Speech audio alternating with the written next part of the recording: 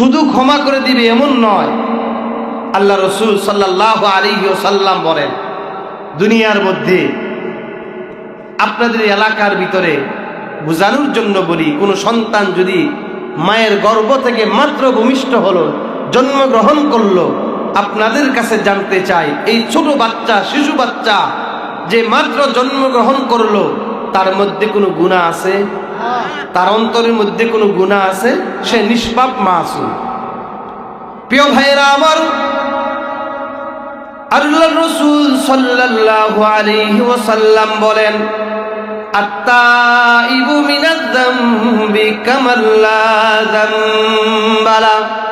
প্রিয় ভাইরা আমার, আল্লাহর নবী বলেন, দুনিয়ার ভিতরে আমার কোন উম্মত যদি আমি আল্লাহ তাআলার কাছে গুনাহের জন্য ক্ষমা চাই, আমার আপনার নবী বলেন, আমার কোন উম্মত যদি গুনাহের জন্য আল্লাহ রব্বুল আলামিনের কাছে ক্ষমা চায়, ও রব্বুল আলামিন, আমি আমার জীবনে অনেক গুনাহ করে ফেলেছি, ও রব্বুল আলামিন আপনি আমার গুনাহগুলোকে মাফ করে দেন।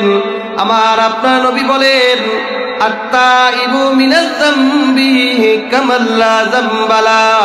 নবীজি বলেন যে আল্লাহ রব্বুল আলামিন ওই লোকটার গুনাহ এমন ভাবে আল্লাহ রব্বুল আলামিন মাফ করে দেয়, ওই লোকটাকে আল্লাহ তাআলা নিষ্পাপ মাসুম বানায়া দেয়। সুবহানাল্লাহ। গুনাহ থেকে তওবা করলে আল্লাহ রব্বুল আলামিন নিষ্পাপ মাসুম বানায়া দেয়।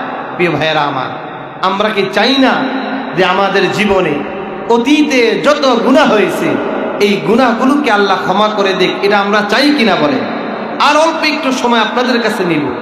প্রিয় ভাইরা আমার, আমরা জীবনে চলার পথে অজ্ঞতাবশত না বুঝে আমরা গুনাহের কাজ করে ফেলি।